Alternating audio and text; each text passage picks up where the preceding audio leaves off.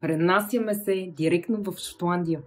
Хайланд Парк е основан 1790 година и това го прави една от най-старите дистилерии в Шотландия. Всеки детайл в дистилерията на Хайланд Парк се прави ръчно, включително и до днес. Този 40 годишен младеж е лимитиран, защото има само 5 бъчви напълнени от него. Това съкровище първите 29 години отлежава в специални бъчви. Следващите 11 години го местят в бъчви с шери първо пълнене, за да може с времето да поеме абсолютно пълната дълбочина аромат на бъчвата.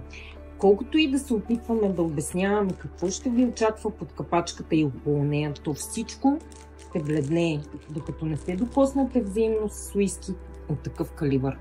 Към тази кошница добавяме и тази пура, която знаеме, че не е от класа на уискито, но за пурите знаете, че качествената пура трябва да се съхранява на специална температура и влажност. Ценителя на това уиски ще си избере пура по негов вкус. И така завършваме седмицата. Ако ви е било интересно, сложете едно сърчице.